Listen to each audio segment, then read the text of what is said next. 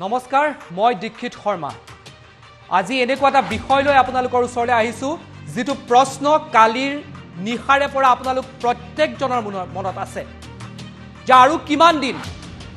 কিমান দিনলৈকে এনে ধৰণে অসমতে খিলঞ্জীয়া ভূমিপুত্ৰৰ হত্যা হ'ব কিমান দিনলৈকে এনে ধৰণে সকলোৱে সহ্য কৰিব লাগিব সকলোকে সুৰক্ষা দিয়াৰ নামত গাদি দখল কৰা 2016 চনত গাদি দখল কৰা এই সৰকাৰখনৰ দিনত কিয় সুৰক্ষিত হোৱা নাই খিলঞ্জীয়া এইটো এটা ডাঙৰ প্ৰশ্ন এই প্ৰশ্নটো আপোনাৰ মনত আছে মোৰ মনত আছে আৰু কালি নিখাৰ পৰা আমাৰ সকলোৰে মনত আছে কিমান দিনলৈকে নিৰুত্তৰ হৈ থাকিব লাগিব প্ৰত্যেকজন অসমীয়া এইটো এটা প্ৰশ্ন এই প্ৰশ্নটোৰ উত্তৰ আজি আমি বিচাৰিবলৈ চেষ্টা কৰিম বুজিব পাৰিছে আমি কাৰ কথা কৈ আছো আমি কথা কৈ আছো ঋতুপৰ্ণ পেগু হে নৃশংস হত্যাৰ বলি হোৱা ঋতুপৰ্ণ পেগুৰ কথা আমি আপোনালোকক কৈ আছো কিমান দিনৰ বাবে এনে ধৰণে আমি সকলোৱে মুখ বন্ধ কৰি চাই ৰাখিব লাগিব আৰু কিমানজন খিলঞ্জীয়াৰ ওপৰত হোৱা আক্ৰমণৰ পাছতহে কিবা এটা ফল লাভ কৰিম বুলি আমি আশা কৰিব পাৰোঁ এইটো আজিৰ মুহূৰ্তত সকলোতকৈ ডাঙৰ প্ৰশ্ন এই গোটেই বিষয়ত কথা পাতিবলৈ মোৰ লগত ষ্টুডিঅ'ত কেইবাজনো অতিথি উপস্থিত আছে মই সেই অতিথিসকলক প্ৰথমে পৰিচয় কৰাই দিব বিচাৰিছোঁ বীৰ লাচিত সেনাৰ মহানগৰ যি গুৱাহাটী মহানগৰ সমিতিৰ আছে তাৰ সাংগঠনিক সচিব কল্যাণ ভাগৱতী আপোনাক স্বাগতম জনাইছোঁ গুণকান্ত গগৈ টাই আহোম যি জনগোষ্ঠী আছে তাৰ প্ৰতিনিধি আপোনাক স্বাগতম জনাইছোঁ AJYCPৰ কামৰূপ জিলাৰ যিজন উপসভাপতি নুমল বৰা আপোনাকো স্বাগতম জনাইছোঁ গুৱাহাটী উচ্চ ন্যায়ালয়ৰ অধিবক্তা জিতেন পেগু আমাৰ লগত আছে আপোনাকো স্বাগতম জনাইছোঁ প্ৰত্যেকৰে মনত প্ৰশ্ন যে এআই হ'ব নেকি এনে ধৰণে সদায় মুখ বন্ধ কৰি থাকিব লাগিব নেকি আৰু এই ঘটনাটো ক'ত হৈছে গুৱাহাটীৰ মাজমজিয়াত মই প্ৰথম আপোনালোক সকলোৰে পৰা এটা প্ৰতিক্ৰিয়া লৈ ল'ব বিচাৰিছোঁ প্ৰথম প্ৰতিক্ৰিয়া কল্যাণ ভাগৱতী আপোনাৰ পৰা ল'ব বিচাৰিছোঁ প্ৰথমে কথাটো এইটোৱে যে আমাৰ খিলঞ্জীয়া ভূমিপুত্ৰ মানুহৰ কথা কৈ পেলাই গাড়ী দখল কৰা চৰকাৰখনে আজি খিলঞ্জীয়া ভূমিপুত্ৰৰ কাৰণে কি কৰিছে প্ৰত্যেক দিনে আমি সেইটো প্ৰশ্নটো আমি কৰিব লগা হৈছে আৰু সেইটো খুব দুখৰ বিষয় যে আমি হেনেকুৱা প্ৰশ্ন আমি সদায় কৰিব লগা হৈ আছে আৰু আমি দেখিবলৈ পাইছোঁ যে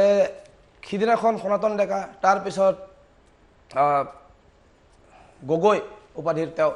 তাৰপিছত আমাৰ আজি যোৱাকালি যোনটো ঘটনাটো হ'ল সেই ঘটনাবোৰ সেইবোৰ আমি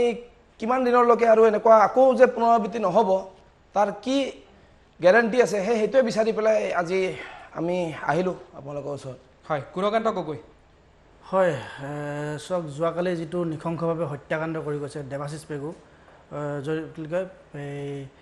ঋতুপৰ্ণ পেগুৰ যি নৃশংস হত্যাকাণ্ড কৰি গৈছে তেখেতৰ যিটো হৈ গৈছে সেইটো অকল যোৱাকালি বুলি নহয়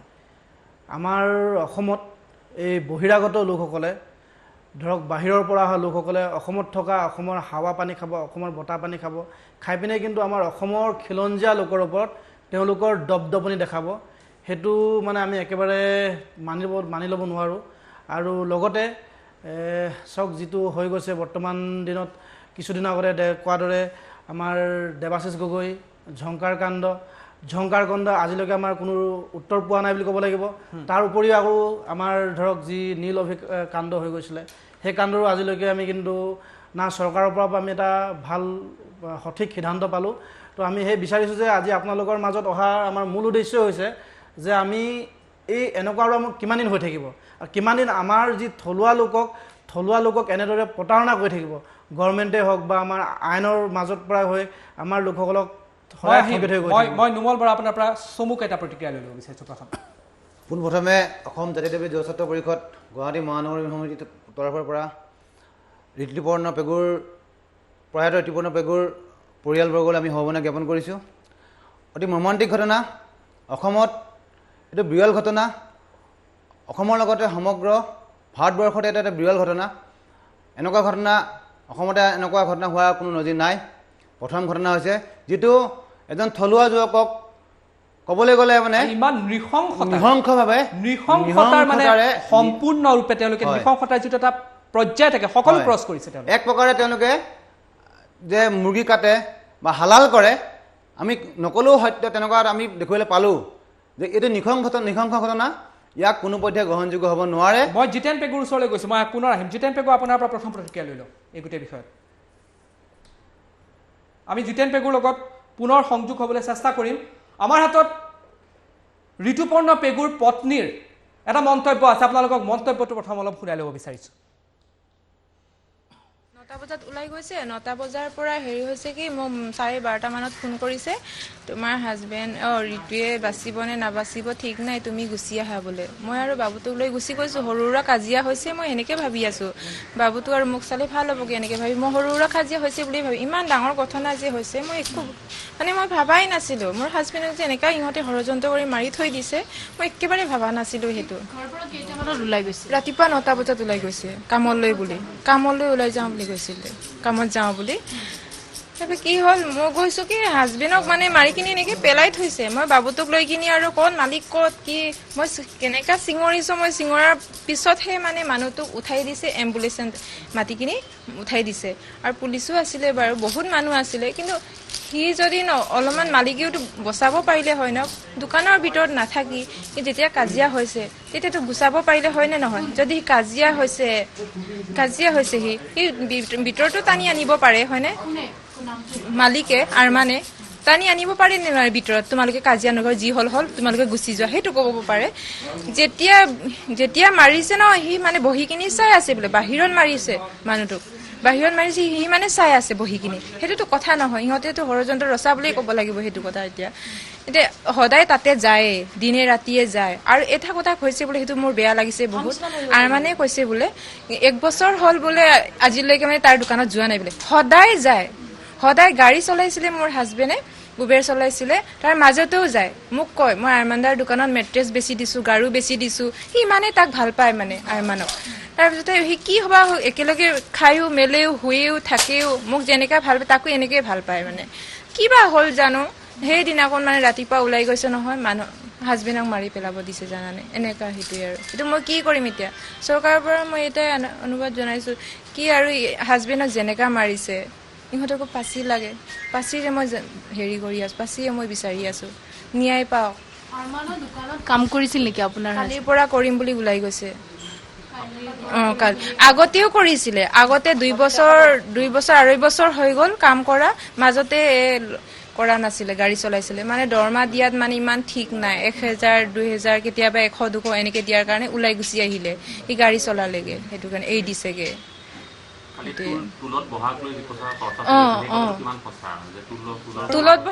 পত্নীৰ মন্তব্য পুৱা 9 বজাত ওলাই গৈছিল আৰু পিছত খবৰ পালে যে তেওঁৰ স্বামী আৰু এই পৃথিৱীত নাই আৰু এইটো ক'ত হৈছে গুৱাহাটীৰ মাজমজিয়াত এই প্ৰশ্নটো সদায় সকলোৱে সুধিব যে গুৱাহাটীৰ মাজমজিয়াত এনেকুৱা ধৰণৰ ঘটনা সংঘটিত হৈ আছে কিন্তু এই মুহূৰ্তলৈকে কোনো ধৰণৰ উত্তৰ পত্নীয়ে পোৱা নাই কিন্তু মই আপোনালোক সকলোকে সুধিছোঁ যে এই ধৰণৰ ঘটনা গুৱাহাটীৰ মাজমজিয়াত হৈছে ঋতুপৰ্ণ পেগু আৰু কিমান ঘটনা সংঘটিত হৈ গ'ল এইখনেতো সেইখন চৰকাৰ আছিলে যি কৈছিল যে খিলঞ্জীয়াৰ অস্তিত্ব সুৰক্ষিত হ'ব আজি 4.5 বছৰ পিছত 4 বছৰ পিছত প্ৰশ্ন যে খিলঞ্জীয়াৰ অস্তিত্ব ক'ত সুৰক্ষিত হৈছে আপোনালোকে কি মন্তব্য ইয়াত কল্যাণ ভাগৱতী চবতছে ডাঙৰ কথাটো হ'ল যে পুলিচ ষ্টেচনটোৰ পৰা মাত্ৰ 100-200 মিটাৰ দূৰত পুলিচ ষ্টেচনৰ পৰা 100-200 মিটাৰ দূৰত যদি গুৱাহাটীৰ নিচিনা এখন চহৰত যদি মাৰি পেলাব পাৰে আজি বেলেগ জেগাত যে এনেকুৱা ঘটনা নঘটিব তাৰ কি মানে আছে আৰু দ্বিতীয় কথাটো হ'ল সদায় জাতি মাটি ভেটি কৰি পেলাই চিঞৰি থকা চৰকাৰখনে আজি আমাৰ জাতি মাটি ভেটিৰ নামত কি কৰিলে আমি যদি সদায় এই 4.5 বছৰ পিছতো যদি আমি এইটো প্ৰশ্নই কৰিব লাগে তেনেহ'লে আপোনালোকে ভাবক যে কিমান নিষ্কৰ্মা হ'ব এখন চৰকাৰ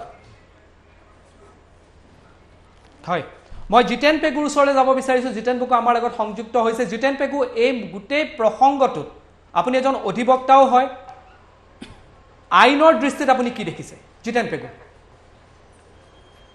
হেল্ল' হয় জিতেন পেগু আপুনি শুনিব পাৰিছে আচ্ছা নমস্কাৰ মই শুনা পাইছোঁ হয় আইনৰ দৃষ্টিত আপুনি এই গোটেই প্ৰসংগটোত আইনৰ দৃষ্টিয়ে কি কয় মই প্ৰথম সেইটোৱে আপোনাৰ পৰা জানি ল'ব বিচাৰিছোঁ আচলতে আমি গোটেই ঘটনাটো মই যোৱাকালিৰ পৰা অবজাৰ্ভ কৰি আছোঁ প্ৰথম কথা হ'ল আইনৰ দৃষ্টিত ই অকল এটা মাৰ্ডাৰেই নহয় তেওঁলোকে 302 লগাইছে ছেকশ্যন 302 লগাইছে বুলি মই গম পাইছোঁ আৰু কি কি ছেকশ্যন লগাইছে মই এতিয়ালৈকে গম পোৱা নাই আৰু যি যিটো ছিষ্টেমেৰে মাৰিছে মাৰ্ডাৰ কৰিছে ই অতি ভয়ানক আৰু সকলোবোৰ যদি যিহেতু সকলোবোৰ ৰেকৰ্ড হৈ আছে আৰু সাক্ষী প্ৰমাণ যিখিনি আছে আমি দেখা পাইছোঁ মোবাইল ভিডিঅ' বিভিন্ন মাধ্যমৰ যোগেদি সেইবোৰৰ পৰা ক'ব পাৰি এই কেছটো খুব সুন্দৰভাৱে প্ৰতিষ্ঠা কৰিব পাৰিব আদালতত মাৰ্ডাৰ হিচাপে প্ৰতিষ্ঠা কৰিব পাৰিব আৰু এই ক্ষেত্ৰত ইনভেষ্টিগেশ্যন অফিচাৰ যিজন বিষয়া তেওঁৰ বহু কৰিব লগা আছে কাৰণ তেওঁ যদি কোনোবা সুৰুঙা থৈ দিয়ে কিন্তু ভৱিষ্যতে যিকেইজন কালপ্ৰিটছ আছে তেওঁলোক হাৰি যোৱাৰ সম্ভাৱনাটো খুব বেছি গতিকে প্ৰথম দায়িত্ব হ'ল যিকেইজন পুলিচ বিষয়া তেওঁ সুন্দৰভাৱে এই তদন্ত কৰিব লাগিব সকলো বস্তু তেওঁ সুন্দৰভাৱে চিজ কৰিব লাগিব চিজ কৰাৰ পিছত ফৰেনচিকত দি সকলোবোৰ কাম কৰিব লাগিব ফৰেনচিক লেবৰেটৰীৰ যোগেদি সকলোবোৰ সাক্ষী প্ৰমাণ সুচাৰুৰূপে ৰাখিব লাগিব তাৰপিছত আমি বিচাৰোঁ 90 দিনৰ ভিতৰত চাৰ্জশ্বিট দিব লাগিব নহ'লে 90 দিনৰ ভিতৰত যদি চাৰ্জশ্বিট দিব নোৱাৰে তেওঁ এই কালপ্ৰিটকেইজন ডিফল্ট বেল বুলি যিটো প্ৰভিজন আছে জিতেন পেগু পাই হয় ওলাই যাব পাৰে হয় জিতেন পেগু চাওক পূৰ্বতে যিবোৰ ঘটনা দেখিছিলোঁ আইনৰ দৃষ্টিত ফাষ্ট ট্ৰেক কোৰ্টত যোৱাৰ কথা কয় বা এনেকুৱা ধৰণৰ যিখিনি আইনী প্ৰক্ৰিয়া আছে ক্ষিপ্ৰতাৰে কৰাৰ কথা কয় কিন্তু বাস্তৱ ক্ষেত্ৰত কিন্তু সিমান ক্ষিপ্ৰতা নহয়গৈ এই ক্ষেত্ৰতো তেনেকুৱা যদি হয় আজি আমি ইয়াত কথা পাতিছোঁ কাইলৈ চাগে কালপ্ৰিট ক'লৈ গুচি যাব আমি কোনেও ক'ব নোৱাৰোঁ কিন্তু পেগু ডাঙৰীয়া আচ্ছা সেইটো এই কথাটো সত্য যে আমি যিবোৰ পূৰ্বতে বহু ঘটনা আমাৰ আছে ফাষ্ট ট্ৰেক আদালতৰ যোগেদি কেছবোৰ কৰিব লাগে বুলি কৈ থকা হৈছে আৰু বহু ফাষ্ট ট্ৰেক আদালত ইতিমধ্যে ফৰ্ম কৰা হৈছে কিন্তু যিমান ক্ষিপ্ৰতাৰে হ'ব লাগিছিল সিমান হোৱা নাই আমি মই গম পাইছোঁ সদৌ মিচিং গুৱাহাটীৰ টাকাম মিচিং পৰিণকাবাং গুৱাহাটী চিটি কমিটিৰ তেওঁলোকে মাননীয় মুখ্য ন্যায়াধীশলৈ এখন দৰখাস্ত দিব বুলি কৈছে আৰু সেই দৰখাস্তখন যদি আহে নিশ্চিতভাৱে গুৱাহাটী উচ্চ ন্যায়ালয়ে এটা চৌমটো গোচৰ ল'ব আৰু চৌমটো গোচৰ যদি হয় ল'লে আমি আশা কৰিম এই কেছটোত ফাষ্ট ট্ৰেক কোৰ্টৰ যোগেদি দোষীক অতি সোনকালে শাস্তি দিব পৰা যাব এতিয়া মই আপোনাক সুধিছোঁ যে এজন খিলঞ্জীয়া ভূমিপুত্ৰক গুৱাহাটীৰ মাজমজিয়াত এনেধৰণে হত্যা কৰা হ'ল আপুনিতো আইনৰ দৃষ্টিত কথাখিনি ক'লে এই মুহূৰ্তত আপুনি কি ক'ব নাই গুৱাহাটীৰ মাজমজিয়াত বুলিয়ে নহয় এইটো অকল পুলিচ প্ৰশাসনৰ দায়িত্ব নিশ্চিতভাৱে আছে পুলিচ প্ৰশাসনৰ দায়িত্ব নিশ্চিতভাৱে থাকিলেও আমি কোনো ক্ষেত্ৰতে ক'ব নোৱাৰোঁ যে পুলিচে 100% আমাক প্ৰতিৰক্ষা বা সুৰক্ষা দিব পাৰিব সেইখিনিত আমাৰ নাগৰিকসকলৰো নিজস্ব দায়িত্ব আছে আমাৰ মানুহৰ মেণ্টেলিটি যিটো বৰ্তমান পৰিস্থিতিত দেখাইছে মানুহৰ সৰু সৰু কথাতে ইমান ডাঙৰ ডাঙৰ একোটা ঘটনা কৰি দিয়ে এই সৰু সৰু কথাতে ইমান ডাঙৰ ডাঙৰ ঘটনা কৰাটো আমাৰ মানসিক এটা বিকাৰ বুলি ক'ব লাগিব মানসিক বিকাৰ অবভিয়াছলি চৰকাৰ বা পুলিচ প্ৰশাসনৰ দায়িত্ব নথকা নহয় তেওঁলোকে তেওঁলোকৰ ডিউটি কিমান শুদ্ধৰূপে কৰিছে সেইটো বিচাৰ্য বিষয় সেইটোত বিষয়ত মই বিশেষ ক'ব নাযাওঁ কিন্তু আমাৰ নিজৰ যিখিনি দায়িত্ব নাগৰিক হিচাপে যিখিনি দায়িত্ব সেইখিনিও আমি পালন কৰিব লাগিব হয় মই পুনৰ আহিম জিতেন পেগু ডাঙৰীয়া মই পুনৰ আপোনাৰ ওচৰলৈ আহিম গুণকান্ত গগৈ আপুনি পত্নীৰ মন্তব্যটো শুনিলে গোটেই পত্নীৰ মন্তব্যটো এই মুহূৰ্তত আপোনালোকে কি বিচাৰে আপোনাক যদি মই স্পেচিফিকেলি সুধোঁ গুণকান্ত গগৈ এতিয়া কেনেকুৱা ধৰণৰ আচৰণ হোৱাটো বিচাৰে হয় চাওক যি নৃশংস হত্যাকাণ্ডটো হৈ গ'ল ঋতুপৰ্ণ পেগুৰ যি নৃশংস হত্যাকাণ্ড পত্নীক ময়ো নিজাববীয়াকৈ লগ কৰিছিলোঁ খানাপাৰাত তেওঁক গৈ মই নিজে লগ কৰিছিলোঁ আৰু তেওঁৰ দেখিছিলোঁ যে তেওঁৰ ভাষ্য হওক আৰু তেওঁৰ যিটো বাচ্চা আছে 10মহীয়া বাচ্চাটো লৈ পিনে এতিয়া তেওঁ যি কেনেদৰে মানে নিজৰ মানে এতিয়া ধৰক তেওঁৰ পত্নী এতিয়া তেওঁৰ যিজন পতিক এতিয়া হেৰাইছে প্ৰথম কথা হৈ গ'লগৈ কি যিদৰে কৈছে যে আমি প্ৰথম কথাই আমাৰ প্ৰথম দাবী আছে যে যিসকল অপৰাধী আৰু এইটো একেবাৰে ষড়যন্ত্ৰমূলকভাৱে এইটো মানে প্লেনিং প্ৰি প্লেন এইটো মাৰ্ডাৰ কৰিছে এইটো ধৰক হঠাতে কিবা এটা হৈছে তেনেকুৱা নহয় এটা প্ৰি প্লেন মাৰ্ডাৰ হয় তাত সম্পূৰ্ণভাৱে জড়িত হৈ আছে তাত যিজন দোকানৰ মালিকজন আছিলে সেই মালিকজনো সম্পূৰ্ণভাৱে জড়িত হৈ আছে কাৰণ আমি বিচাৰিছোঁ যে তাত যিসকল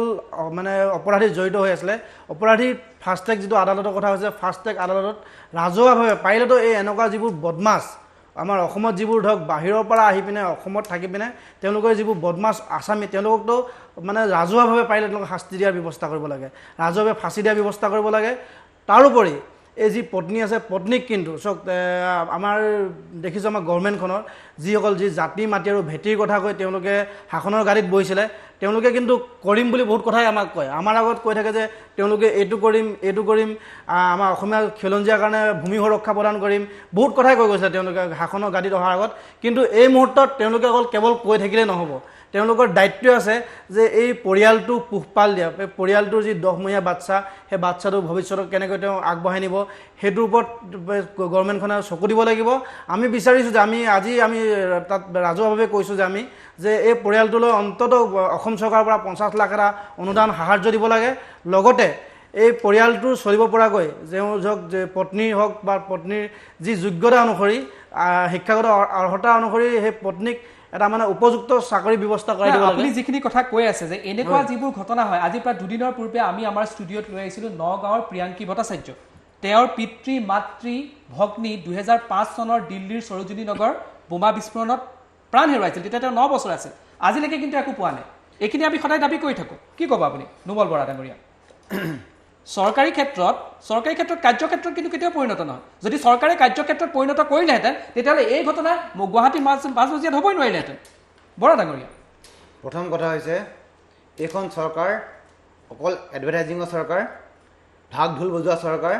তেওঁলোকে অকল কৰ্পৰেট গোষ্ঠীৰ লগত মিলি এটা সংযোজন কৰি চলোৱা চৰকাৰ ইয়াতে তেওঁলোকৰ শ্লোগানটো কিন্তু জাতি মাটি ভেটিৰ শ্লোগান কিন্তু ইয়াতে কোনো জাতিৰ মাটিৰ ভেটিৰ ৰক্ষাৰ কোনো আজিলৈকে প্ৰমাণ আমাৰ হাতত তথ্য নাই আৰু হ'ব আমি ভাবিছোঁ আগন্তুক দিনটো নহয় যিহেতু যিখন চৰকাৰে বৰ্তমানৰ আমাৰ অসমৰ মুখ্যমন্ত্ৰীজনে অকল বৰা ব্ৰহ্মপুত্ৰৰ কথা কৈয়ে তেওঁ গাদীত বহিলে আজি 4টা দশক তেওঁ পাৰ কৰিছে 4টা বছৰ তেওঁ পাৰ কৰিছে পাৰ কৰাৰ পাছতো আজিও যে তেওঁৰে শাসনত অসমৰ থলুৱা খিলঞ্জীয়া মানে ল'ৰা হওক ছোৱালী হওক আজি ধৰ্ষণ হৈছে আজি মৃত্যু হৈছে আজি গৰু ছাগলী গতে আমাৰ অসমীয়া ল'ৰা যুৱক যুৱতীক আজি তেওঁলোকে মানে বহিৰা যিসকল লোক তেওঁলোকে সি হিন্দুৱে হওক মুছলমানেই হওক খ্ৰীষ্টানে হওক লাগিলে বহিৰা লোকসকলে আজি অসমৰ এই লোকক আমাৰ থলুৱা যুৱক যুৱতীসকল বা লোকসকলক তেওঁলোকে নিৰ্মম অত্যাচাৰ চলাই হত্যা কৰিছে ইয়াতে কিন্তু অসম চৰকাৰে খালি মুখেৰে ঘোষণা কৰি তেওঁলোকে ইমান টকা সাহায্য দিম ইমান টকা কিবা কৰিম আজি ইটো কৰিম কৈ তেওঁলোকে তেওঁলোকৰ কৰ্তব্য সময় তেওঁলোকে সেই বস্তুটো তেওঁলোকে ঠিক এসপ্তাহ বা এমাহৰ পাছত নাইকিয়া কৰি পেলায় সেই তদন্তও ঠিক আজি তদন্ত কৰিব চিআইডিক দিব এখন কমিটি বনাব সেই কমিটিখনৰো একো আজি নিৰ্দিষ্ট নোহোৱা হৈ যায় আমি এতিয়া এটা কথা ভাবিবলৈ বাধ্য হৈছোঁ আমি ক'ত বাস কৰিছোঁ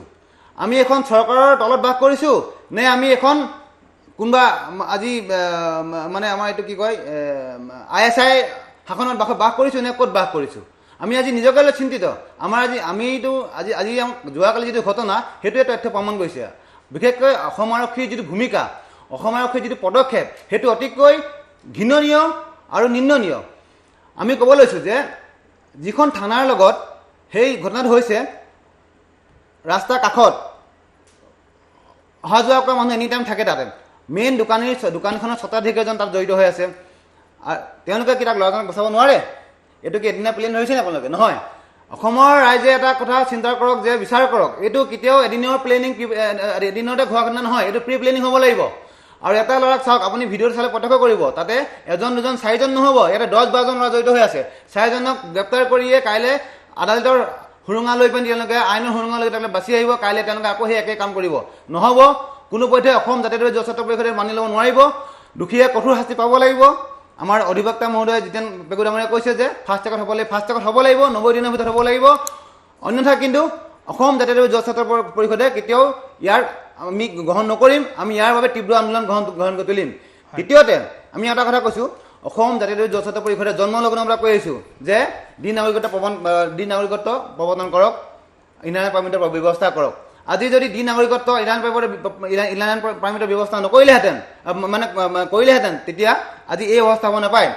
অকল বহিৰাগত মানুহ আমাৰ অসমৰ কোনজন মানুহে গৈ পিনি কোনজন আজি যুৱকে গৈ পিনি বাহিৰত যিয়ে কৰি পিনি এজন লোকক হত্যা কৰা দেখিছে, কিবা কৰা দেখিছে? নাই কৰা, নাই কৰা। কিন্তু আজি অসমীয়া যুৱক যুৱতীয়ে কিয় বাৰে বাৰে অসমৰ যুৱক যুৱতীয়ে কিয় বাৰে বাৰে এই অনা অসমীয়া মানে কালপিতসকলৰ আমি সামগ্ৰিক হ'বলগীয়া হৈছে? কিয় আমি অত্যাচাৰ হ'বলগীয়া আছে? আজি আমাৰ ভাই ভনীসকল আজি ভনীসকল ওলাব নোৱাৰে ৰাস্তাত। আজি চাওক যিটো ঘটনা হৈছে, এখন জাতীয় বিদ্যালয় আছে, এখন কিবা কি গুৱাহাটী এখন বিদ্যালয় আছে, তাৰ মাজত যিটো চাপৰিত বাস কৰে তেওঁলোকে, আমি দাবী জনাইছোঁ, আমি জনস্বাস্থ্য পৰিষদৰ মহানগৰ সমিতিয়ে দাবী জনাইছোঁ যে অনতিপলমে অতি শীঘ্ৰে যি ঠাইত তেওঁ বাস কৰে সেই ঠাইডোখৰৰ পৰা তেওঁক উচ্ছেদ কৰিব লাগিব, আৰু যিজন স্বত্বাধিকাৰী সেই স্বত্বাধিকাৰীজনে অনতিপলমে সেই প্ৰয়াত ঋতুপৰ্ণ পেগুৰ পৰিয়ালক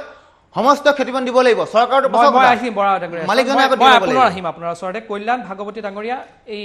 নুমল বৰা ডাঙৰীয়াই যিটো কথা উত্থাপন কৰিলে এটা গুৰুত্বপূৰ্ণ বিষয় যে অসমৰ ভিতৰত অসমীয়া মানুহ খিলঞ্জীয়া ভূমিপুত্ৰৰ ওপৰত আক্ৰমণ হয়, কিন্তু অসমৰ বহু ল'ৰা ছোৱালী বহু মানুহটো বাহিৰতো আছে, দিল্লীত আছে, মুম্বাইত আছে, গুজৰাটত আছে, তাততো অসমীয়া মানুহে তেনেকুৱা ধৰণৰ কোনো কাম নকৰে। ইয়াত যদি এই ঘটনাটো হয় তেতিয়াহ'লে অসমীয়াৰ খিলঞ্জীয়াৰ অস্তিত্ব সুৰক্ষিত কেনেকৈ হ'ব? এইটো এটা ডাঙৰ প্ৰশ্ন এই মুহূৰ্তত। আমাৰ খিলঞ্জীয়াৰটো অস্তিত্ব সংকটততো আমি পৰিছোঁ, এইটো চিধা কথা। আমাৰ খালি কথাটো হ'ল যে আমাৰ সংস্কৃতি এনেকুৱা নহয় যে আমাৰ ল'ৰাবোৰ যাই পেলাই কাৰোবাক আগতে যাই পেলাই এইবোৰ কৰিব, ডিঙি ৰেপি পেলাই হত্যা কৰিব, এইবোৰ আমাৰ সভ্যতাতে নাই। আৰু দ্বিতীয় কথাটো হ'ল যে এই যোনজন আৰমান বুলি পেলাই মানুহজন, তেওঁলোকে আমি চৰকাৰৰ পৰাতো ক্ষতিপূৰণ বিচাৰিমে, কিন্তু আমি এইটো বিচাৰিছোঁ যে বহিৰাগত এজন আহি পেলাই আমাৰ ইয়াতে যদি তেওঁলোকে খাই আছে, তেওঁলোকে ইয়াতে আমাৰ বায়ু পানী তেওঁলোকে সেৱন কৰি আছে, তেওঁলোকে ক্ষতিপূৰণ দিব লাগিব। আৰু তেওঁ দোকানৰ ভিতৰত হৈছে, চাওক ঘটনাটো আপুনি ভিডিঅ'টো প্ৰত্যক্ষ কৰক, দোকানৰ ভিতৰত হৈছে, তেওঁলোকে বচাব নোৱাৰি আছে তাতে। তেওঁ চাওক 10-12জন মানুহে এজন ল'ৰাক মানে দোকানৰ ভিতৰত নিৰ্মম, যেনেকৈ আমাৰ ডিব্ৰুগড়ত এটা ঘটনা হৈছিলে বা আজি আমাৰ অভিনন্দনৰ ঘটনা গৈছোঁ, একেই। আমি অসমীয়া বাৰে বাৰে আমি কিয় বলি হ'ম লোকৰ? আমি অসমীয়া যে বাৰে বাৰে কিয় বলি হ'ম? আমি বলি নহওঁ কেতিয়াও। আমাৰ সকলো অসম জনগণ ওলাই আহিব লাগিব, সমগ্ৰ ৰাইজ ওলাই আহিব লাগিব। এতিয়া আমি বহি থকাৰ সময় নাই। প্ৰথম কথা, বহি থকাৰ সময় আমি নবহোঁ কেতিয়াও। আমি এতিয়া মই কল্যাণ ভাগৱতীৰ পৰা প্ৰতিক্ৰিয়াটো লৈ লওঁ। আপুনি কৈ লওক, আপুনি কৈ আছিলে গোটেই কথাখিনি। মই কৈ আছিলোঁ যে এই আৰমান বোলা মানুহজন, যোনজন আৰমান ফাৰ্নিচিং কি দোকানখন, তেওঁলোকৰ পৰা আমি ক্ষতিপূৰণ বিচাৰিছোঁ। তেওঁলোকে গোটেইখিনি সমস্ত ক্ষতিপূৰণ তেওঁলোকে দিব লাগিব। লগতে চৰকাৰে এইখিনি কৰক যাতে তেওঁৰ এই 7মহীয়া পোৱালি যোনটো সৰু ল'ৰাটো আছে, তেওঁৰ কাৰণে তেওঁৰ ভৱিষ্যতৰ কাৰণে তেওঁলোকে চিন্তা কৰক। আমাৰ চৰকাৰ প্ৰশাসনে তেওঁৰ ভৱিষ্যতৰ কাৰণে চিন্তা কৰক, সেইটো আমাৰ পোনপ্ৰথম দাবী। আৰু দ্বিতীয় কথাটো হ'ল যে এই ল'ৰাকেইজন যোনকেইজন ধৰিছে আজি, এই 24 ঘণ্টাৰ ভিতৰত যে তেওঁলোকে ধৰিলে, ধৰাৰ পিছত কালি পৰহি যে তেওঁলোকে ওলাই আহি পেলাই আকৌ এই ছেইম ঘটনাটো যেতিয়া আকৌ নকৰিব, তাৰ কি গেৰেণ্টি আছে?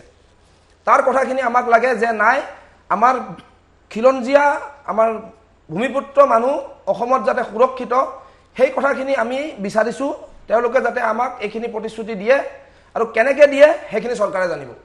হয়, মই জিতেন পায়েং আপোনাৰ ওচৰলৈ পুনৰবাৰ আহিছোঁ। মই প্ৰথম ক্ষমা খুজিম, আপোনাৰ উপাধিটো প্ৰথম অৱস্থাত আমি কওঁতে অলপ ভুল হৈছিল। জিতেন পায়েং ডাঙৰীয়া, মই আপোনাৰ ওচৰলৈ আহিছোঁ। আপুনি ইতিমধ্যে আমাৰ ইয়াত উপস্থিত থকা সকলোৰে কথা শুনিছে। এই মুহূৰ্তত যদি মই আপোনাক সোধোঁ, আপোনাৰ মনৰ ভাৱটো কি এইখিনি সময়ত? পায়েং ডাঙৰীয়া, প্ৰথম কথা হ'ল ঋতুপৰ্ণ পেগুৰ মোৰ নিজৰ কমিউনিটিৰ এজন যুৱক। মই অতি দুখিত আৰু মোৰ অন্তৰ কান্দে। তথাপিও এজ এ মিচিং কমিউনিটিৰ এজন ব্যক্তি হিচাপে মোৰ কিছুমান দাবী আছে। সেই দাবীখিনিৰ প্ৰথম কথাটো হ'ল ক্ষতিপূৰণ। কাৰণ 7মহীয়া কেঁচুৱাটো আৰু মানুহগৰাকী কেনেকৈ জীয়াই থাকিব? গতিকে তেওঁলোকৰ জীয়াই থকাৰ কাৰণে কিবা এটা ব্যৱস্থা চৰকাৰেই হওক বা আৰমান ফাৰ্নিচাৰ তেওঁলোকেই হওক ক্ষতিপূৰণ দিবই লাগিব। দ্বিতীয় কথাটো হ'ল সকলোকেইজন দোষী কালপ্ৰিট যিকেইজন আছে তেওঁলোকক ফাষ্ট ট্ৰেক আদালতত ট্ৰায়েল কৰি উপযুক্ত শাস্তি দিব লাগে আৰু তাৰ বাবে আমি বিচাৰোঁ এজন স্পেচিয়েল পাব্লিক প্ৰচিকিউটৰো এপইণ্ট কৰিব লাগে। দ্বিতীয়তে হ'ল আমি এটা কথা চাব লাগিব, পুলিচে যাতে ইনভেষ্টিগেশ্যনটো প্ৰপাৰলি কৰে, কিন্তু পুলিচে যদি ইনভেষ্টিগেশ্যনটো প্ৰপাৰলি নকৰে তেওঁলোক বাচি যোৱাৰ সম্ভাৱনা খুব বেছি। গতিকে আমি আৱেগিক হোৱাতকৈ এই কথাখিনি অলপ চকু দিব লাগিব। আমি জানো অসমত বহুত ঘটনা আছে যিবোৰ ঘটনাত আমি বহু জনাৰ পিছতো কিছুমান মানুহ বাচি গৈছে। এইটো মূলতঃ ইনভেষ্টিগেশ্যনৰ ফেইলৰৰ কাৰণে। গতিকে আৰু এটা কথা মই যিটো গম পাইছোঁ, ছেকশ্যন 302 লগাইছে, কিন্তু ইয়াত ST/SC prevention of ST/SC এট্ৰচিটিছ act এখন বুলি আছে। সেই এক্টখনৰ যিটো প্ৰভিজন, সেই প্ৰভিজন পেনেল প্ৰভিজনটো ইয়াত এড কৰিব লাগে বুলি মই ভাবোঁ। আৰু যদি সেই ছেকশ্যনটো এড কৰে তেতিয়াহ'লে যিকেইজন মানুহ কোনোবা যদি ইয়াৰ লগত জড়িত আছে, যি এৰেষ্ট কৰা নাই, যাক এৰেষ্ট কৰিব পৰা নাই, তেওঁলোকো বেইল পোৱাৰ সহজ নহ'ব। সেইখিনিয়ে কথা। হয়, আপুনি যিটো SC/ST এক্টখনৰ কথা ক'লে সেইটো অকণমান আপুনি যদি অকণমান বিস্তৃতভাৱত ক'ব পাৰে, আমাৰ দৰ্শকে বুজিব পৰাকৈ। আমাৰ অসমত বিশেষকৈ এই ST/SC এট্ৰচিটিছ ইমান নাই। মহাৰাষ্ট্ৰ বা ভাৰতবৰ্ষৰ অন্যান্য ৰাজ্যসমূহত বিশেষকৈ জনজাতি আৰু অনুসূচিত জাতিৰ ব্যক্তিসকলক বিভিন্ন ধৰণে তুচ্ছ তাচ্ছিল্য মাৰপিট কৰা যায়। গতিকে সেই মাৰপিট তুচ্ছ তাচ্ছিল্যৰ পৰা বচাবৰ কাৰণে আমাৰ প্ৰিভেনশ্যন অফ ST/SC এট্ৰচিটিছ এক্ট এখন আছে। হয়, সেই প্ৰভিজনটো লগালে এণ্টিচিপেটৰী যিটো বেইলৰ পোৱা বুলি কয়, সেই বেইলটো পাবলৈ সহজ নহয়। এই মুহূৰ্তত সেইখন লগোৱাৰ অৱকাশ আছেগৈ নে লগাব পাৰে নে? সেই ছেকশ্যনটো লগাব পাৰে ইয়াত। হয়, কাৰণ ঋতুপৰ্ণ পেগুন এজন ST আছিল। ST যুৱক হিচাপে তেওঁক যি এট্ৰচিটিছ কৰিলে, মাৰপিট কৰিছে বা হত্যা কৰিলে, এইটো সম্পূৰ্ণভাৱে এই আইনখনৰ প্ৰভিজনৰ ভিতৰত আহে। সেইটো কথা। হয়, পায়াং ডাঙৰীয়া, মই পুনৰ আপোনাৰ ওচৰলৈ আহিম। আমাৰ এইটো এটা ডাঙৰ কথা ক'লে যে যিটো এক্টখনৰ কথা ক'লে, এই এক্টখনৰ মাধ্যমেৰে যিটো এণ্টিচিপেটৰী বেইল যদি কোনোবাই বিচাৰে তেতিয়াহ'লে তেওঁলোকে সেই এণ্টিচিপেটৰী বেইলখন পোৱাত অসুবিধা হয়। এইটো এটা গুৰুত্বপূৰ্ণ দিশ তেওঁ উঙুলিয়াই দিছে। কিন্তু এটা কথা আছে যে পূৰ্বতো ঘটনা কিছুমান দেখা পোৱা গৈছিল, এনেকুৱা ধৰণৰ ঘটনাবোৰ হয়। প্ৰথম প্ৰতিবাদ হয়, প্ৰতিবাদৰ পাছত কিন্তু বস্তুটো লাহে লাহে সাম কাটি যায়। এতিয়া প্ৰথম কথা আমাৰ অসম আৰক্ষীৰ ভূমিকাটো একেবাৰে নিন্দনীয়। আমি ইয়াতে ক্ষমা কৰিব, আমি ইয়াতে কৈছোঁ যে এইটো তদন্ত CBI তদন্ত দিব লাগিব। আমি দাবী কৰিছোঁ এইটো CBI তদন্ত হ'ব লাগিব, আৰু CBI তদন্ত হ'লেহে আমি এই বস্তুটো যে এটা ভাল এটা তদন্ত হ'ব বুলি আমি আশা কৰিব পাৰিম। দ্বিতীয়তে কিন্তু ইয়াতে অসম চৰকাৰ এতিয়া অসম চৰকাৰে ৰাজনীতি কৰিব বা অসম চৰকাৰ এনি পলিটিচিয়ানে ইয়াতে ৰাজনীতি কৰিলে নহ'ব। ইয়াতে ৰাজনীতি কৰা এতিয়া অকল ভোটৰ স্বাৰ্থত আজি সেই পাহাৰত আজি চাব বহিৰাগত দৰ্শন চলি আছে। লগতে আজি চাওক, আজি যেতিয়া এই কাণ্ডটো হৈছে, আমাৰ ধৰক এই যিটো ঋতুপৰ্ণ পেগুৰ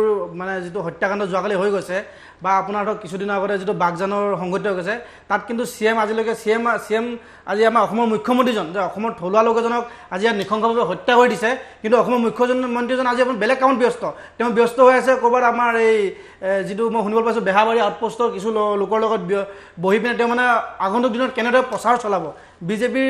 লৈ কেনেকৈ প্ৰচাৰ চলাব তাত ব্যস্ত হৈ আছে। কিন্তু ব্যস্ত হ'ব লাগিছিলে এই যিজন থলুৱা লোকক যে নৃশংসভাৱে ডিঙি কাটি হত্যা কৰা হ'ল, সেই ক্ষেত্ৰত কিন্তু তেওঁলোকৰ এতিয়ালৈকে ভূমিকা একেবাৰে দেখা নাই। আজি আমি তাত ৰাস্তাত আমি থিয় হৈ আমি আন্দোলন কৰি আছোঁ, আমি ৰাজপথত আমি আছোঁ, তাত TMK বহুত লোক আছে, যে মিচিং লোকো সকলো আছে, কিন্তু তাত দেখা পাইছোঁ যে তেওঁলোকৰ কিছুমান বিজেপিৰ প্ৰদেশৰ কিছুমান নেতা পালি নেতা আহিছে, কিন্তু তাত ধৰক যি হ'ল বিজেপিৰ ডাঙৰ নেতা আহিব লাগিছিলে, তেওঁলোক কিন্তু একেবাৰে নাই, তেওঁলোক একেবাৰে এইটো ক্ষেত্ৰত নাই। তো আমি কেনেকৈ মানিম যে আমাৰ অসমত অসমীয়া লোকক থলুৱা লোকক সুৰক্ষা দিয়াৰ ক্ষেত্ৰত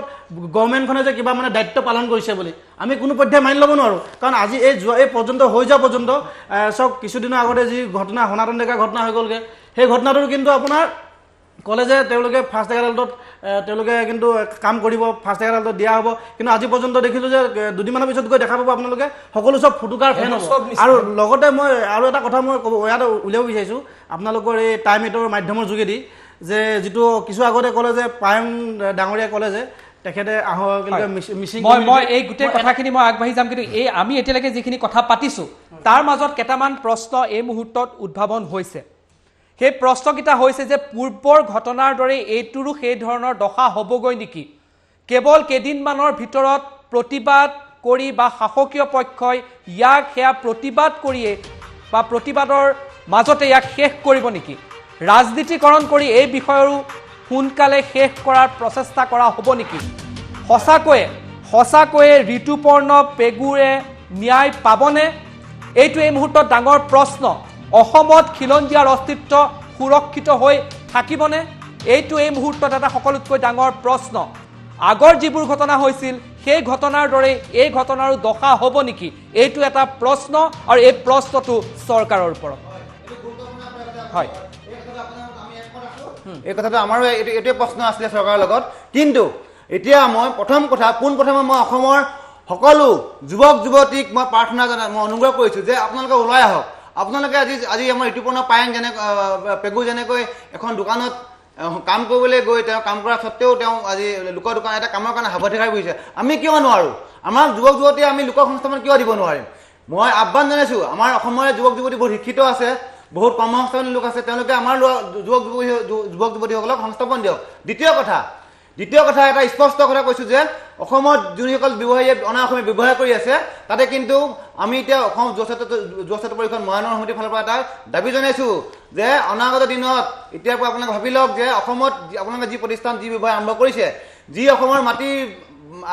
পানী বায়ু হাৱা টকা পইচা গ্ৰহণ কৰিছে গতিকেলৈ অসমৰ থলুৱা যুৱক যুৱতীকে আপোনালোকে কৰ্মসংস্থাপন দিব লাগিব অন্যথা কিন্তু আপোনালোকৰ অসমত থকা নিষ্ঠা নহ'ব ইয়াত চিধা কথা আৰু অসমীয়া যুৱক যুৱতী সদায় আপোনালোকে চেলুট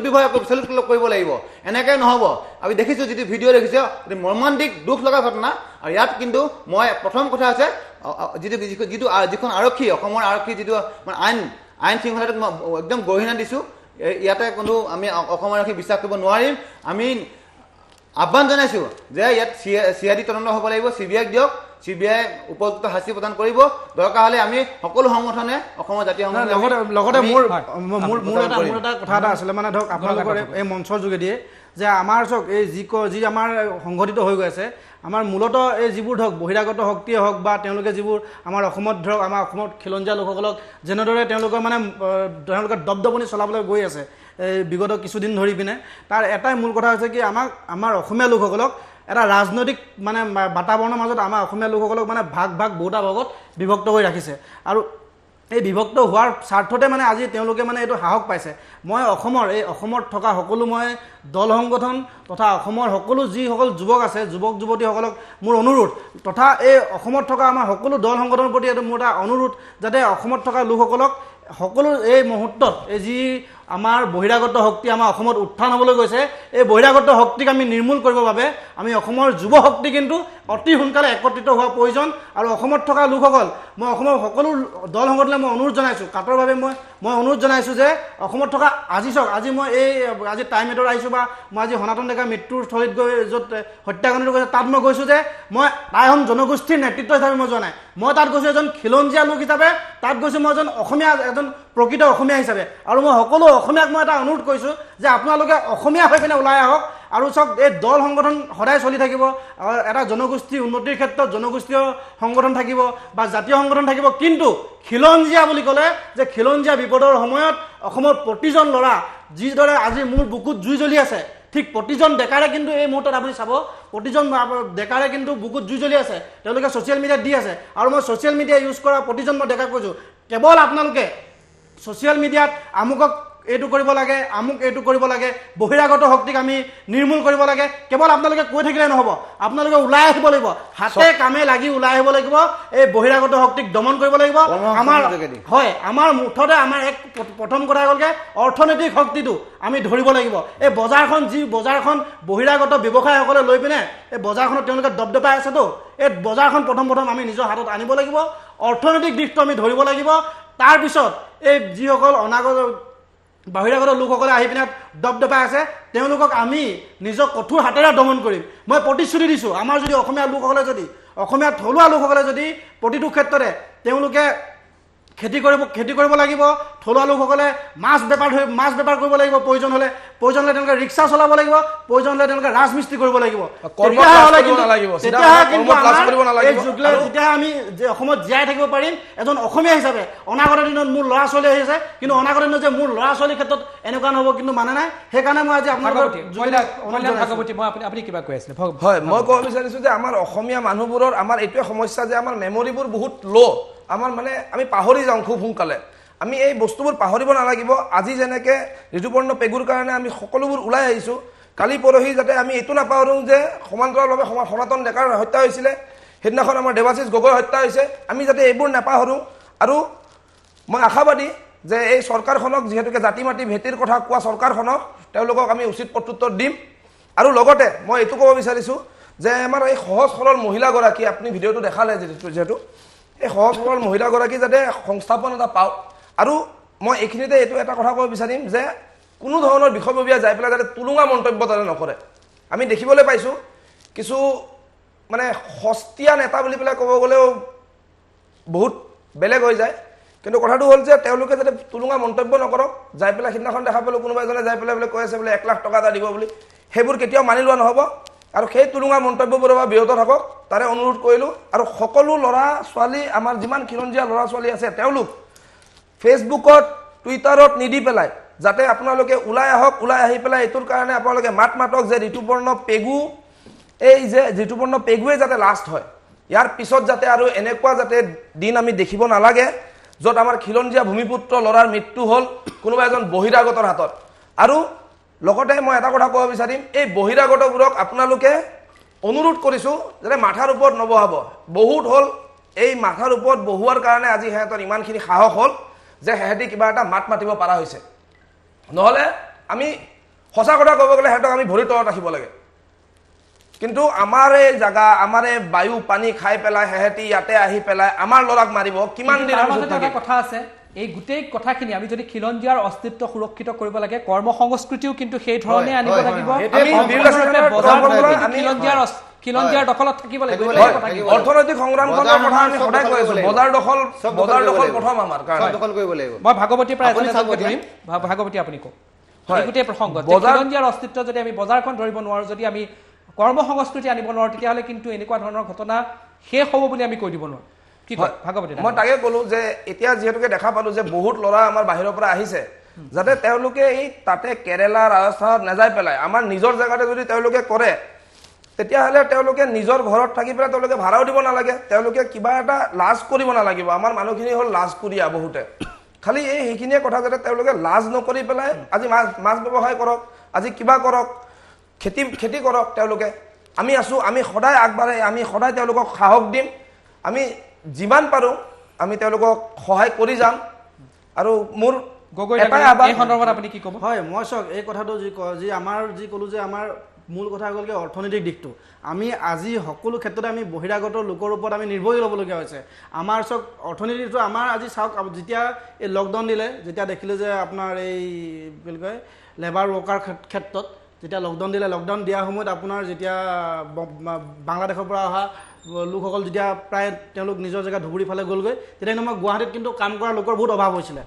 ঠিক সেইদৰে মই কৈছোঁ যে আমাৰ মূল কথা হ'লগৈ আমি অৰ্থনৈতিক দিশটো কিন্তু আমাৰ হাতত অনা অতি জৰুৰী। আৰু মোৰ প্ৰথম কথা হৈছে যে আমাৰ অৰ্থনৈতিক দিশটো কিন্তু আমি কেৱল কৈ থাকিলে বা আমি ঢোল তাল বজাই থাকিলে নাহে। আমাৰ কথা হ'ল আমি হাতে কামে লাগিব লাগিব। আমাৰ আমাৰ লগতে কথা হৈছে যে যিসকল আমাৰ লোকসকল আছে যে তেওঁ উত্থাপন কৰাৰ দৰে আমাৰ যিসকল বহিৰৰ ৰাজ্যত চাওক আপোনালোকে, তেওঁলোকে কিছুমান ল'ৰাই আমাৰ কিছু ল'ৰাই তাত গৈ পিনে তেওঁলোকে 7-8 হাজাৰ টকা তেওঁলোকে চিকিউৰিটি গাৰ্ড কৰি থাকে। সঁচা কথা এইটো শুনিবলৈ বেয়া পাব পাৰে কিন্তু হয়তো একেবাৰে সত্য কথা 7,000 টকা চিকিউৰিটি গাৰ্ড কৰি থাকে কিন্তু আহি পিনে তেওঁলোকে পিছত ঘৰত আহি পিনে যোৱাৰ সময়ত তেওঁলোকৰ ঘূৰি যোৱা ভাড়াটো তেওঁলোকৰ হাতত নাথাকে কেতিয়াবা কিছু ব্যক্তিটো আমাৰ পৰাও কয় যে যোৱা সময়ত তেওঁলোকে বিচাৰে কিন্তু সেইটো কৈছোঁ তেওঁলোকে বাহিৰত থাকি যদি 7,000 টকা ইনকম কৰিবলগীয়া হয় অসমত থাকি তেওঁলোকে 20,000 ইনকম নকৰে কিয়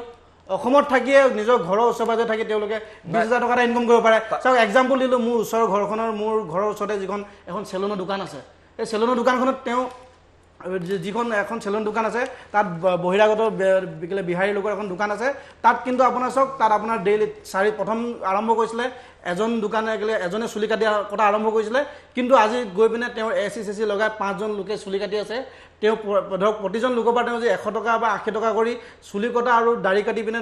যি কৰি পিনে তেওঁ মানে আপোনাৰ ধৰক দিনটোত তেওঁ 3,000 টকা 3-4,000 টকা মিনিমাম ইনকম কৰি আছে 3,000 টকা যদি তেওঁ ইনকম কৰি আছে তেওঁ মাহেকত তেওঁ ডেইলি ৱাইজত চাবলৈ গ'লে 90,000 টকা তেওঁ ইনকম হৈ আছে তেওঁ তাৰ যদি ভাড়া নামত যদি 20,000 টকা দি দিয়া গ'ল কিন্তু থাকিলেগে আমাৰ 70,000 কিন্তু আমাৰ ল'ৰাই কিন্তু আমাৰ যি অসমীয়া ল'ৰাসকলে এই চুলি কাটিব লাজ কৰিব আমাৰ ক'ৰবাত মাছৰ বজাৰ এখনত তেওঁলোকে যাবলৈ লাজ কৰিব কিন্তু সেইটো কৰিলে নহ'ব আমাৰ খেতি কৰিবলৈ আমাৰ বহুত উঠি অহা ডেকাই খেতি এই ক্ষেত্ৰত চৰকাৰৰ দায়িত্ব আছে কিন্তু চৰকাৰ হয় ডেফিনেটলি চৰকাৰৰ দায়িত্ব এই কাৰণে আছে যে এইখনেই সেইখন চৰকাৰ 2016 চনত এইখন চৰকাৰে কৈছিল যে খিলঞ্জীয়াৰ বাবে কাম কৰিব কিন্তু এই চৰকাৰখনৰ দিনতে কিন্তু আজি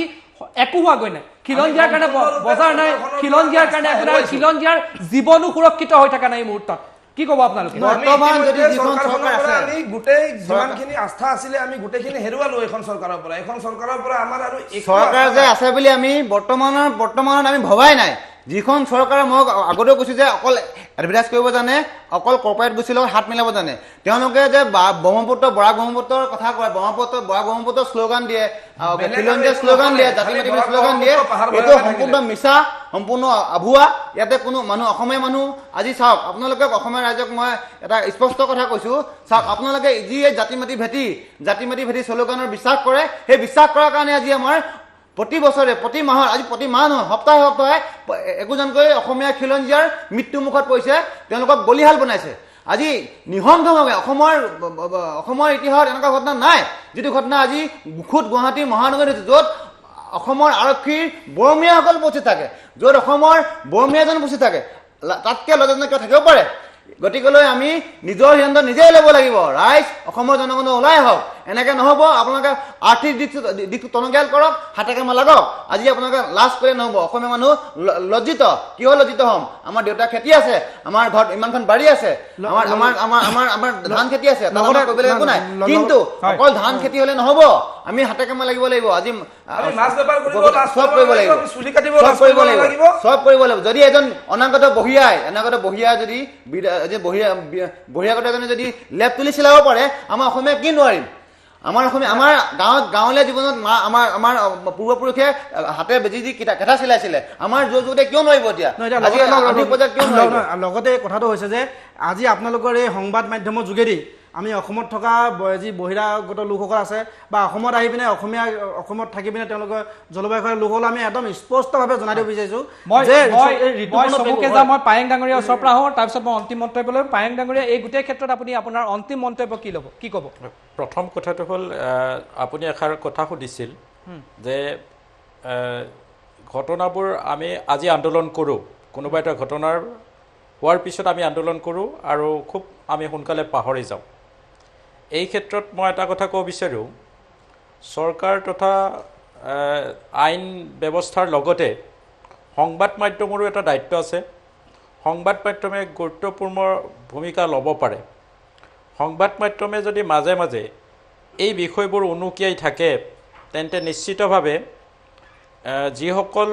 পৰিয়াল ভুক্তভোগী পৰিয়াল তেওঁলোকে জাষ্টিচ পাব বুলি মই আশা কৰোঁ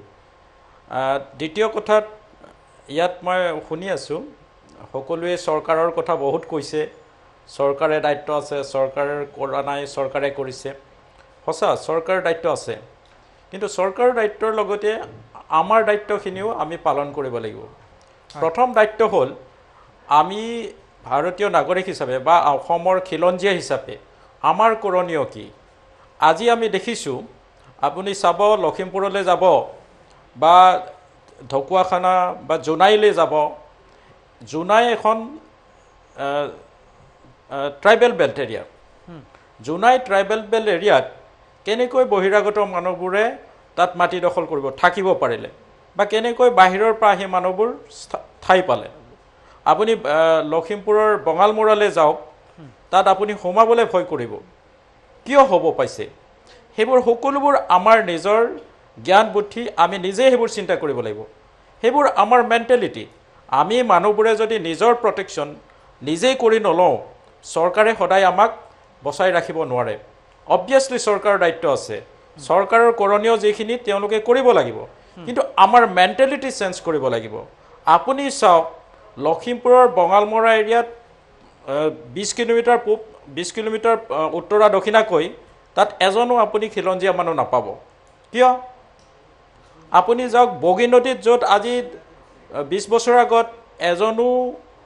মিচিং মানুহৰ বাদে বা আমাৰ খিলঞ্জীয়া মানুহৰ বাদে বেলেগ মানুহ নাছিল কিন্তু আজি ভৰ্তি হৈ গৈছে বাহিৰৰ বেলেগ বেলেগ ধৰণৰ মানুহ আনকি ডাউটফুল চিটিজেন্স গতিকে এইখিনিত আমাৰ দায়িত্বখিনি আমি খিলঞ্জীয়া হিচাপে আমাৰ যিখিনি দায়িত্ব সেই দায়িত্বখিনি যদি আমি নিজে পালন নকৰোঁ তেন্তে আমাৰ ভৱিষ্যত কিন্তু কোনো চৰকাৰে আপোনাক বচাই ৰাখিব নোৱাৰে যি চৰকাৰেই নহওক বিজেপি চৰকাৰেই হওক কংগ্ৰেছ চৰকাৰেই হওক যি চৰকাৰে বা এজিপি চৰকাৰেই হওক কোনো চৰকাৰে আপোনাক বচাই ৰাখিব নোৱাৰে নিজৰ প্ৰটেকশ্যন নিজেই চিন্তা কৰক আৰ্থিকভাৱে স্বাৱলম্বী হওক অৰ্থনৈতিকভাৱে স্বাৱলম্বী হ'লে উপায় মাধ্যমে যাব লাগিব হয় পায়েং ডাঙৰীয়া হয় ধন্যবাদ জনাইছোঁ পায়েং ডাঙৰীয়া আপুনি সবিশেষ কথা ক'লে আৰু মই অন্তিম মন্তব্য আপোনালোক তিনিজনৰ পৰাই ল'ব বিচাৰিম এই গোটেই প্ৰসংগটোত ভাগৱতী ডাঙৰীয়া প্ৰথম কওক কল্যাণ ভাগৱতী ডাঙৰীয়া চমুকৈ এটা বা দুটা শব্দত আপোনাৰ অন্তিম মন্তব্য কওক মোৰ কথাটো হ'ল যে চৰকাৰ প্ৰশাসনে দায়িত্ব লওক তেওঁলোকৰ গোটেই পৰিয়ালটোৰ দায়িত্ব লওক লগতে এই আৰমান ফাৰ্নিচিং বুলি যোনটো সংস্থাৰ হেৰিটো আছে দোকানখন আছে তেওঁলোকে যাই পেলাই তেওঁলোকৰ দায়িত্ব লওক গোটেই পৰিয়ালটো ঋতুপৰ্ণ পেগুৰ পৰিয়ালৰ তেওঁলোকে সংস্থাপনৰ কাৰণে যি কৰিব পাৰে তেওঁলোকে কৰক লগতে দায়িত্ব লোৱাটো বিচাৰিছে সেই পৰিয়ালটোৰ দায়িত্ব প্ৰশাসনে যাতে এই যাই পেলাই এই ফাল্টু কথাবোৰ যাতে সাংবাদিকৰ ওচৰত বা য'তে হওক এই ফাল্টু কথাবোৰ যাতে নকয় কাৰণ আমি বহুত দুখত আছোঁ পল আমাৰ অসমীয়া মানুহবোৰ মৰি আছে আমি বিৰাট দুখত আছোঁ এই এনেকুৱা টাইমত যাতে এই ফাল্টু মন্তব্যবোৰ নিদিয়ে যাতে হয় গুণকান্ত গগৈ ডাঙৰীয়া হয় হয় চাওক এই যি কি কয় আমাৰ যি কি কয় আপোনাৰ ঋতুপৰ্ণ পেগুৰ যি হত্যাকাণ্ড হৈ গ'ল সেই হত্যাকাণ্ড আমি অতি শীঘ্ৰে তেওঁলোকৰ যি দোষী আছে দোষীক কাৰায়ত্ব উচিত ব্যৱস্থা দিবৰ বাবে আমি দাবী জনাইছোঁ লগতে এই জিতেন পেগুৰ ধৰক মানে মই আপোনালোকৰ যদি সংবাদ মাধ্যমৰ যোগেদি জনাব বিচাৰিছোঁ যে অসমত যিসকল বহিৰাগত লোকসকল আছে এই বহিৰা লোকসকলক আজি আমি জনাই দিব বিচাৰিছোঁ বহিৰাগত লোকসকলক যে এই আমাৰ ঋতুপৰ্ণ পেগুৱে শেষ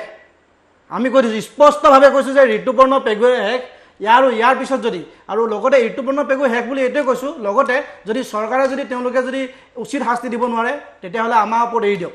আমি ক'লোঁ আমাৰ ওপৰত এৰি দিয়ক আমি আইন হাতত তুলিবলৈ বাধ্য হ'ম যদি আৰু এনেকুৱা যদি অনা অসমীয়া লোকসকলে যদি আহি পিনে অসমত যদি আমাৰ অসমীয়া লোকসকলক যদি তেওঁলোকে যদি বাৰম্বাৰ এনেকুৱা কৰি থাকে কিন্তু আমি আইন হাতত তুলি ল'বলৈ আমি কুণ্ঠাবোধ নকৰিম আমি অগণতান্ত্ৰিক হ'বলৈ কিন্তু আমি বেছি সময় আমি ধৈৰ্য ধৰি নাথাকিম আমি ইয়াৰ উচিত আমি শাস্তি দিবৰ বাবে আমি সাজু হৈ আছোঁ লগতে ডাঙৰীয়া মই লগতে আৰু এটা কথা ক'ব বিচাৰিছোঁ যে অসমৰ ৰাইজৰ প্ৰতি মোৰ অনুৰোধ হয় যে আজি এই হত্যাকাণ্ডৰ পিছত আমি দেখাই দিব লাগিব যে অসমৰ ৰাইজক মই কাতৰভাৱে মই অনুৰোধ কৰিছোঁ অসমৰ প্ৰতিজন লোকক যে তেওঁলোকে অহাকালিলৈ জিতেন পায়ং আমাৰ সনাতন ডেকা দেৱাশিষ গগৈ প্ৰতিজনৰ নামত অহাকালিলৈ ঘৰে ঘৰে এগছিকৈ বন্তি জ্বলাওক প্ৰতিজন লোকে বন্তি জ্বলাই দেখাই দিয়ক যে আমি খিলঞ্জীয়া একত্ৰিত হৈছোঁ আৰু খিলঞ্জীয়াক যদি কোনোবাই যদি এনেকৈ যদি বুঢ়া আঙুলি দেখাবলৈ হয় আমি কিন্তু তেওঁলোকক সোধাই নিদিম স্পষ্ট নোমল বৰা ডাঙৰীয়া অন্তিম মই উপৰোক্ত দুজন বক্তাৰ মন্তব্যত মই একমত প্ৰথম কথাটো হৈছে কি আমি অসমীয়া হৈছোঁ আৱেগিক সেই আৱেগিকৰ সুবিধা যাতে অনাগত দিনত বহিৰাগতই নলওঁ সেইটো মই স্পষ্ট কৈছোঁ অসমীয়াৰ আৱেগক নেক্সট অনাগত দিনত যাতে আপোনালোকে কেতিয়াও সেইটো মানে সহজভাৱে ল'ব নলয় দ্বিতীয় কথা হৈছে অসম চৰকাৰক আমি এটা দাবী জনাইছোঁ যে আপোনালোকৰ বিধি অনুসৰি সেই মানে আমাৰ ঋতুপৰ্ণৰ পেগুৰ পৰিবাৰ তথা পৰিয়ালক এটা উচিত সুবিধা দিয়ক হয় চাকৰি দিয়ক নহ'লে সংস্থাপন দিয়ক কিবা কৰক যেতিয়ালৈকে ল'ৰাজনে নিজে কিবা কৰি খাব নোৱাৰে লগতে যিজন স্বত্বাধিকাৰী কি নাম তেখেতৰ আৰমান ফাৰ্নিচাৰ আৰমান ফাৰ্নিচাৰৰ বৰ্তমানে সম্পূৰ্ণ খৰচ দিব লাগিব বৰ্তমান সম্পূৰ্ণ খৰচ আমাৰ আৰমান ফাৰ্নিচাৰ দিব লাগিব আৰু আৰমান ফাৰ্নিচাৰ যদিহে ইয়াত ব্যৱসায় কৰিবলৈ আছে দিনত যদি ব্যৱসায় কৰিব মন আছে তেতিয়াহ'লে দিবই লাগিব চিধা কথা এইটো হয় আপোনালোক সকলোকে ধন্যবাদ জনাইছোঁ কল্যাণ ভাগৱতী ডাঙৰীয়া গুণকান্ত গগৈ ডাঙৰীয়া নুমল বৰা ডাঙৰীয়া আৰু জিতেন পায়েং ডাঙৰীয়া আপোনালোক সকলোকে ধন্যবাদ জনাইছোঁ আৰু এই মুহূৰ্তত কিন্তু এইটো এটা প্ৰশ্ন উত্থাপন হৈয়ে আছে যে অসমীয়াৰ অস্তিত্ব অসমতে সুৰক্ষিত নহ'ব নেকি এই প্ৰশ্নটো প্ৰত্যেকৰে মনত আছে ইতিহাসে এই প্ৰশ্নটো কেতিয়াও গৈ নৰেন্দ্ৰ মোদীক নুসুধে এই প্ৰশ্নটোৰ উত্তৰ আপুনিয়ে দিব লাগিব সৰ্বানন্দ সোণোৱাল ডাঙৰীয়া কাৰণ অসমীয়াৰ অস্তিত্ব সংকটাপন্ন আপোনাৰ শাসনকালতেই হৈছে ইতিহাসে এই প্ৰশ্নটো কেতিয়াও অমিত শ্বাহক নুসুধেগৈ ডক্টৰ শৰ্মা ডাঙৰীয়া কাৰণ অসমীয়াৰ অস্তিত্ব সংকটাপন্ন আপোনাৰ শাসনকালতেই হৈছে ইতিহাসে এই প্ৰশ্ন গৈ নতুন দিল্লীৰ 6 দীনদয়াল উপাধ্যায় মাৰ্গত থকা ভাৰতীয় জনতা পাৰ্টিৰ মুখ্য কাৰ্যালয়ত গৈ নুসুধেগৈ কাৰণ এই অসমীয়াৰ অস্তিত্ব সংকটাপন্ন প্ৰশ্ন যিটো উত্থাপন হৈছে আপোনালোক সকলো থকাৰ অৱস্থাতেই হৈছে এতিয়া আপোনালোকৰ ওপৰত নিৰ্ভৰ কৰে যে 2016ত যি প্ৰতিশ্ৰুতি দিছিল সেই প্ৰতিশ্ৰুতি পালন কৰিব নে ইতিহাসৰ সন্মুখত সদায় আপোনালোকে এটা প্ৰশ্নৰ সন্মুখীন হৈ ৰ'ব লাগিব টাইম 8ৰ বিশেষ অনুষ্ঠানৰ পৰা মই দীক্ষিত শৰ্মাই বিদায় লৈছোঁ ধন্যবাদ নমস্কাৰ